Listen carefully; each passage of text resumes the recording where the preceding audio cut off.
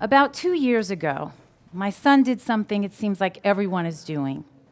He took a DNA test. Did you know that 26 million people have taken at-home DNA tests?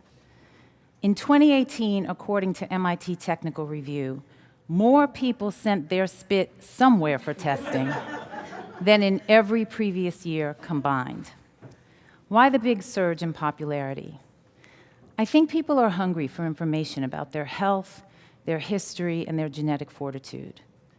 On a deeper level, though, I think they're searching for something that's profoundly critical to everyone's well-being and success. And it's something that we far too often overlook, a sense of belonging. When I gave my son that DNA test for his 20th birthday, his excitement signaled to me that for once I had gotten the gift thing right. But when he called a few months later to talk about his results, he was a little bit underwhelmed. Yes, the links between his DNA and various and assorted far-flung places on the globe was a little bit of new information.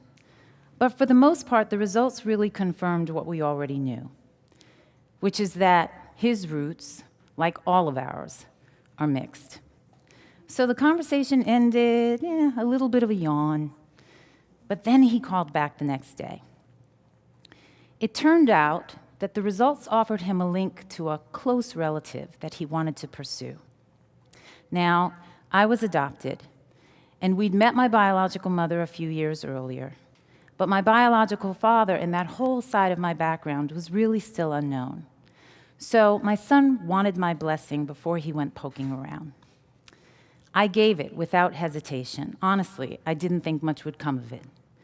But within 24 hours, my son Carter had found and emailed my biological father, his grandfather, Stanley Goldberg.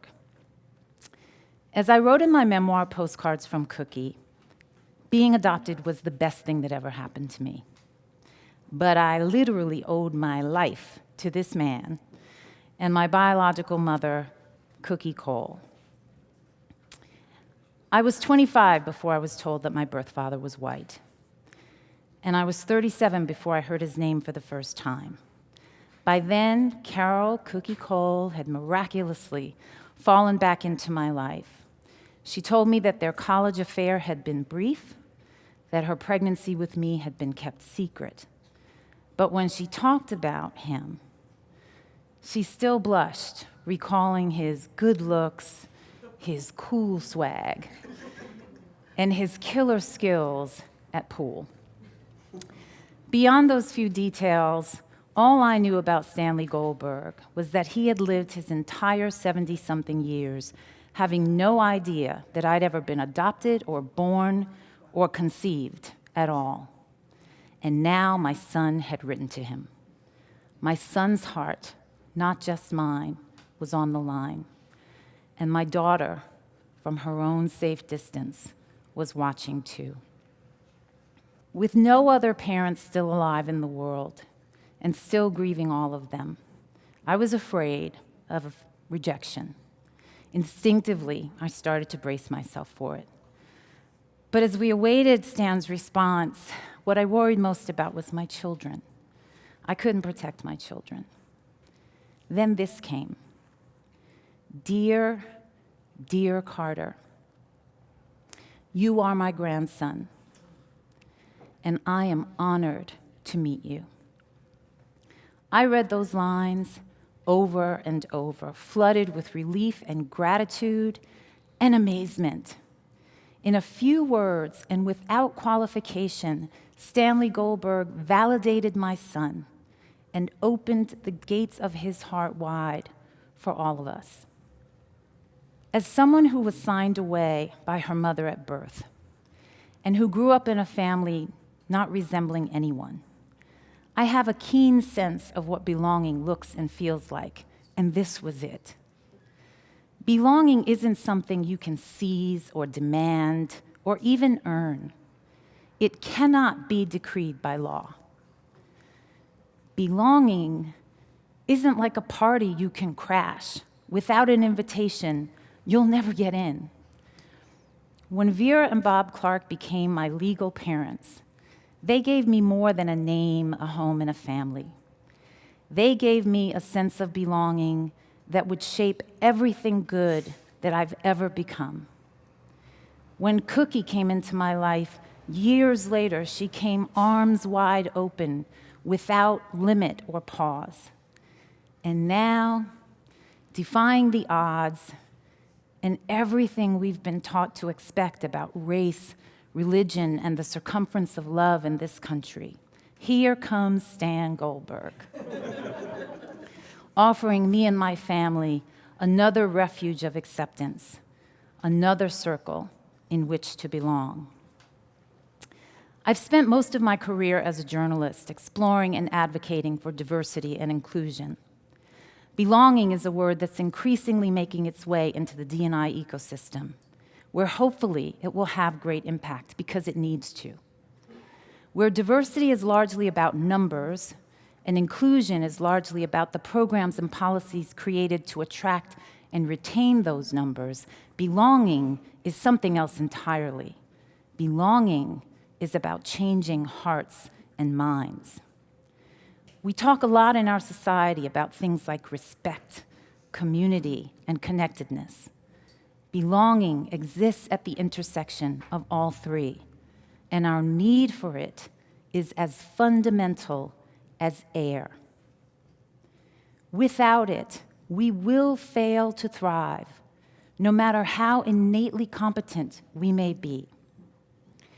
According to Stanford professor and social psychologist Gregory Walton, a lack of belonging can not only have significant psychological consequences, such as loneliness, depression, and anxiety, it can actually impact a person's IQ test performance. In one Walton study of black and white freshmen in a predominantly white university setting, where there was a carefully cultivated environment of belonging, the trajectory for black students markedly improved all the way through their senior year, effectively diminishing the so-called minority achievement gap by a stunning 50%.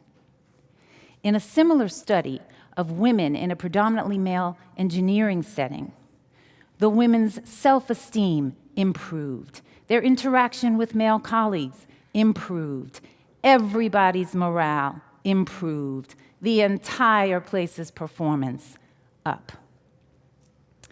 At Black Enterprise, the company where I work, I lead a brand called Women of Power. Women of Power was created to support, nurture, and uplift women of color in their quest for leadership roles in corporate America, where, frankly, the barriers to their belonging are deeply embedded and everywhere. In the Women of Power community, our mantra is, I see you. 3 words, so simple on the surface, but they've proven to have the most effective impact in fortifying these black women for the battles they face every single day. The phrase is derived from a common greeting among the Zulu tribes of South Africa, where the words sawubona, meaning I see you, traditionally invoke the response sikona, which means I am here to be seen. Taken in their totality, the combined meaning is, until you see me, I do not exist. For black women and other marginalized groups and individuals who so often feel invisible, I see you is a powerful acknowledgement of an existence that is often painful and isolating. It's also code for a much deeper message. I see you.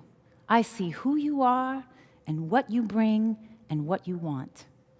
I understand what you're up against and how hard you're working to overcome it. I'm here for you. I got you. I believe in you. I'll help you because you belong here with me and anywhere you aspire to be. We are living in a time of divisiveness in the extreme, in a toxic environment that stokes our fear and distrust of one another, while diminishing and even dismissing our deep need to belong. Don't let it. Don't. We cannot afford to cultivate or endorse a go back to where you came from culture. And we don't need 26 million more DNA tests to understand that we are connected at the root, and our futures are inextricably linked to one another. I see you, and I know that you are here to be seen, wanting to make the world a better place, needing to set an example for our children, and longing to belong and to invite others to belong with you. Mother Teresa once said, "If we do not have peace, it is because we have forgotten that we belong to each other." Isn't it time we make like Stan and Carter? Isn't it time we remember? Thank you.